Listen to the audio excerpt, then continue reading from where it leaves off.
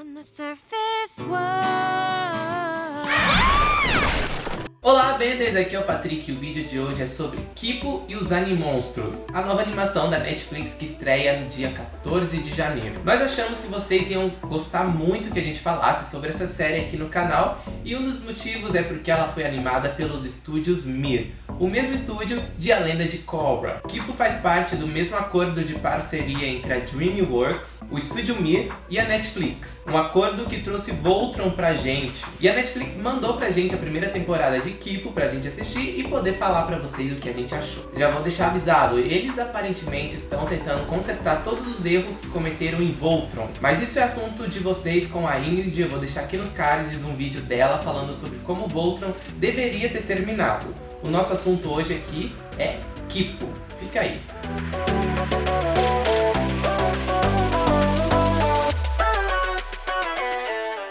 Kipo e os Animonstros se passam no futuro pós-apocalíptico, em que os humanos passaram a viver em cidades subterrâneas, enquanto a superfície humana era dominada por animais mutantes, alguns com mais consciência do que os outros. A construção de mundo do desenho é incrível, com várias raças e organizações diferentes. Temos, por exemplo, a máfia dos sapos, gatos lenhadores, pássaros motoqueiros, lobos astrônomos, cobras metafônicas e por aí vai. Essas criaturas são chamadas de mutos. It's dangerous, just like I feared.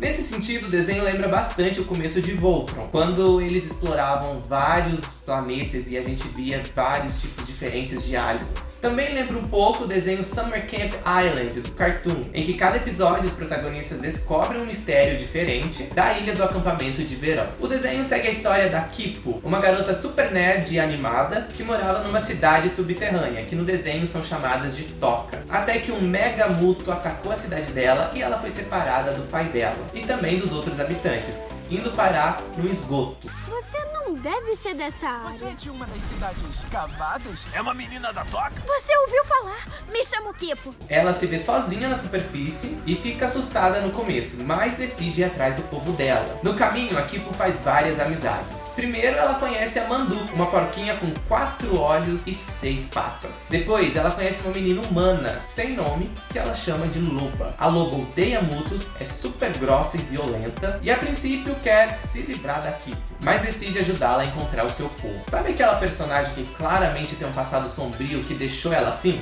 Então, essa é a Loba. Elas também conhecem um outro humano, o Benson, que é super tranquilo e adora ouvir música no aparelho de som que ele tem. Além de um muto que anda com ele, o Dave. Juntos, os 5 vão atrás do povo da Kipo, desvendando várias pistas que encontram pelo caminho e tentando fugir das diversas organizações de mutos que estão tentando sequestrar a Kipo e levá-la para o mestre deles, o Scarlamane, que procura alguém da Toca há muito tempo. No começo, a Kipo é super ingênua e faz várias coisas que não devem ser feitas na superfície, o que coloca o grupo em várias enrascadas e, consequentemente, deixa a Loba muito irritada. Mas conforme os episódios vão passando, o jeito dela começa a ser útil para tirar o grupo das enrascadas. Em muitas situações, é exatamente o altruísmo e a compaixão dela que aproximam eles do objetivo deles. É bem parecido com Avatar, quando o Aang e a Katara queriam ajudar as pessoas, o Sokka falava que não era uma boa ideia, e mesmo assim eles iam lá e faziam,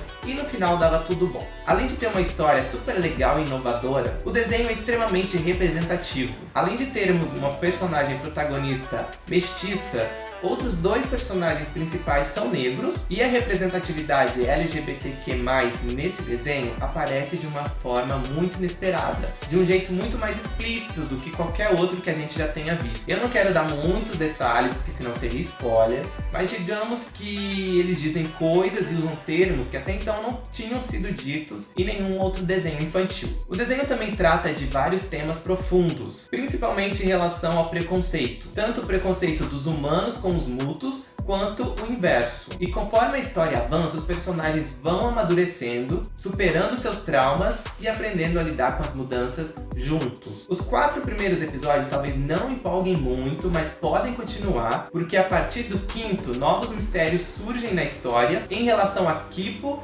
e ao passado dos humanos, e muitos deles não são resolvidos nessa temporada, o que abre espaço para teorias Então a gente fica na torcida para que a segunda temporada seja logo confirmada. Então é isso, Kipo e os Animonstros estreiam dia 14 de janeiro na Netflix. Não percam, depois vocês voltam aqui para falar pra gente o que vocês acharam, tá bom? Sigam o Mundo Avatar nas redes sociais, os links estão todos aqui embaixo. Se inscrevam no canal, curtam o vídeo e até o próximo vídeo. Tchau!